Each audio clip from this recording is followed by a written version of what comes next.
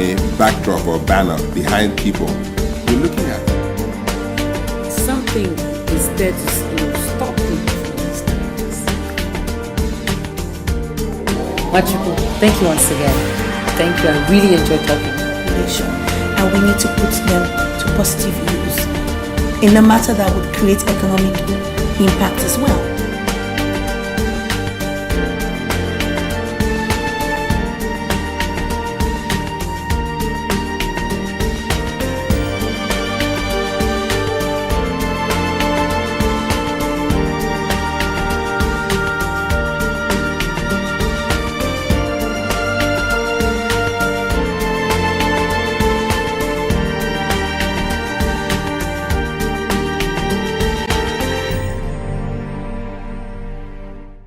Hello and welcome to the Benny Uche Show.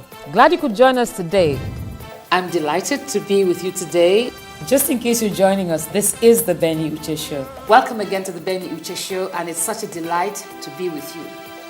On the set today, we're going to look at what are our projections for 2011.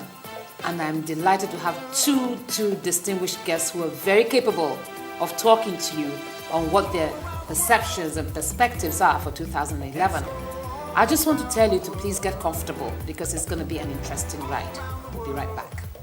Benny Uche, the Benny Uche Show. You watching the Benny Uche, the Benny Uche Show.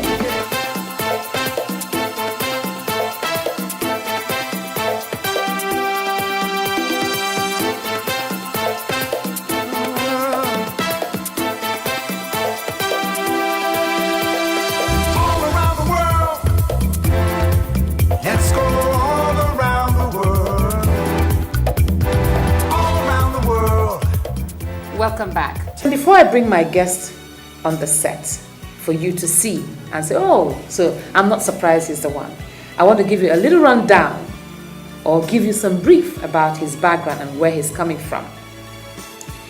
My guest is the former Director, Democracy and Development Studies, Institute for Peace and Conflict Studies, Abuja. He is one of the 8 founding professors of Imo State University, which later became Abia State University. He is one-time adjunct professor, Rivers State University of Science and Technology, adjunct professor, Enugu State University of Science and Technology, former senior lecturer at University of Dar es Salaam, Tanzania, a part-time postgraduate lecturer at University of Abuja, a one-time professor of law at University of Uyo. He is also a doctorate graduate of the Institute of International Studies of University of Geneva, and prior to that, he obtained a postgraduate diploma in international and comparative air law from London Institute of World Affairs. He also has a Master of Law from University of London, and he is a barrister and solicitor of the Supreme Court of Nigeria. My guest today is an interviewer's delight, very knowledgeable in her field, and very willing to share, and believes a lot in volunteerism. However, she's a woman who's worked all her life in the financial and banking sector. My guest on the Benny Uche Show today is a transformational growth development consultant, a life coach, emotions therapist, marriage relationship counselor, a trainer, a speaker, a women's rights activist, and the founder of Acts Generation. She is a handful, but she's an interviewer's delight. Please join me in welcoming to the show today, Lila St. Matthew Daniel. Lila, welcome to the Benny Uche Show. Thank you for having me. At long last, I have you. Yes, of course, yes, finally. Miss Ivy Honor. Ivy, you're very welcome to the Benny Uche Show. Thank you very much. It's a pleasure. Thank you for making out time to be here today. I know you have 3 meetings to go to, but thanks again. Prof, you're very welcome to the Benny Uche Show. Thank you very much. Thank you so much for your time and your patience. I know you're heading to the airport, but you've been gracious enough to, to stop by and grant us this long awaited interview. Over the years, I would say that we sort of started the campaign against human trafficking in Nigeria. We did that in 1997 on March 9, to commemorate the International Women's Day. And this was sequel to some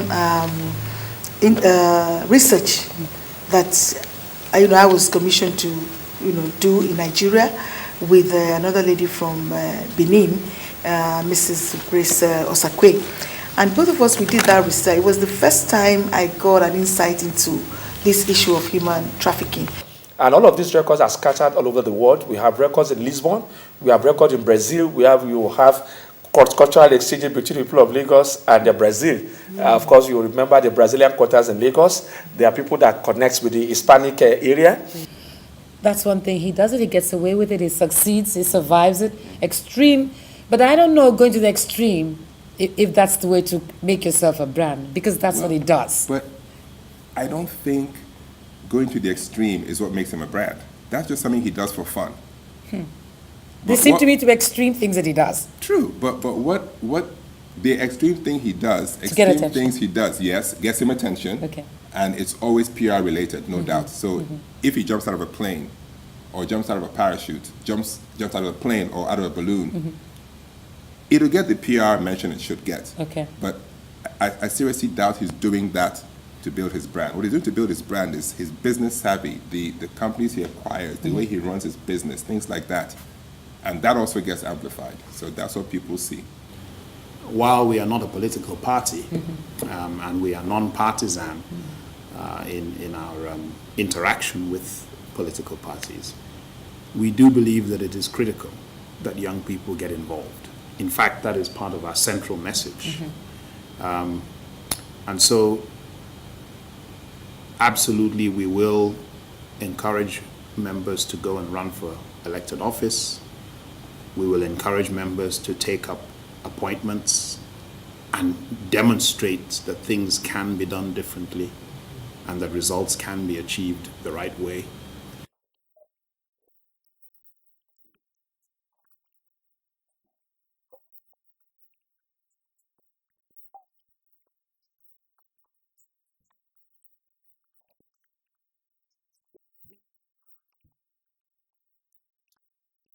I have so much to tell my guests today, to motivate young ones like you, some people who don't have a sense of direction on what they want to do, and some people who really look at farming as not a profession they want to go into.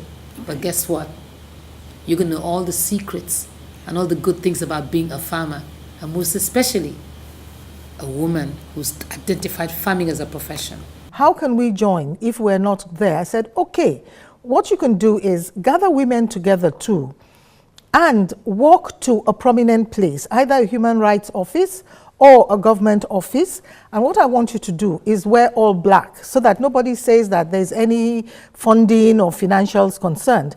Have a placard, wear black, take your water, very calmly, do not antagonize the police or anything. It's a peaceful protest of enough is enough. Government, what are you doing about this sect and how it's affecting the women? They're being taken away, children are being slaughtered. These young bankers, female bankers, or even the male bankers who are the breadwinners in the house, from the home front, they want to do everything to retain their jobs.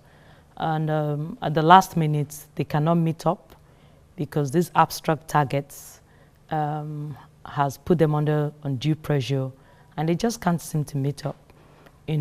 That's why I said earlier on, there are certain skills you need to inculcate. And one of them, which is very crucial, is networking skills. And for banking, it's not only about being in the front line of going out to meet customers. You have the back office staff who are the support. They also have their challenges. I hope we made your day. I hope it was worth your while watching us on the Benny Uche Show today. Please keep a date with me same time next week, and God bless you.